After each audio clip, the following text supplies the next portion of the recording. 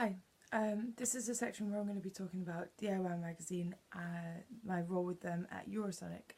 Now, it was actually initially a placement that I did for university, but part of what I was having to do was help to create a marketing strategy for a stage which was actually a shipping container, but do that in advance, and also when I was there act as a sort of gig rep to the shipping container, just making sure that some bands were okay and that the team were okay, and I was organising flyers a lot, which never actually came to fruition. But I'll talk more about that in a minute. So I actually feel like this enhanced my project because although obviously there was no reputation built, because it was in another country, it did give me my first experiences of dealing with teams abroad, dealing with a gig abroad, and researching a gig place, a town well enough to market the gig, I mean. So essentially what the campaign was about was every year Eurosonic has one focus country, but this year they had two, which is the Czech Republic and Slovakia.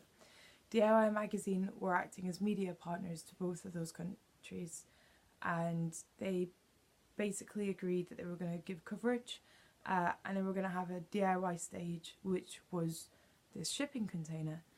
The overall campaign that the Czechs and the Slovakians went for was that they were going to put installations up around the city. 4 installations, all representing a little part of the Czech Republic and Slovakia's history. And this DIY, this stage was set up because they wanted to create a really riotous sort of anti-establishment lineup. And literally this shipping container held 25 people. It wasn't an official stage by Eurosonic, but because Slovakia and Czech Republic were like new countries basically in the music scene, they were wanting to make their mark, and it was a really exciting project to get involved in. So my role was to liaise with Suzanne from Pahoda Festival, which is a Slovakian festival, and we had to create I had to create a marketing strategy based on a brief that she gave me, which, although it wasn't your standard sort of like 12-week, 10-week, that kind of thing, it was just some ideas for how I thought that we could market the gig without being at the gig itself. And we also needed to market a competition, so I needed to come up with some fun ways for a competition that was being held to win a bunch of gig tickets to all these different festivals. So yeah, I did that. That's available to download below. And then when I was actually there, I again had to liaise with Suzanne and the rest of her Pahoda team and make sure that everything was going down okay. Didn't really have that much to do with the bands in the end, but I had to make sure that the DIY team were on board with what they were meant to be doing marketing wise. So obviously we would have agreed to giving the event coverage, so we make sure that there was a photographer and a writer there. And we tried to organise a team of flyers. I was posting in all of these Groningen student pages, but unfortunately the flyers never came, so we ended up just using me.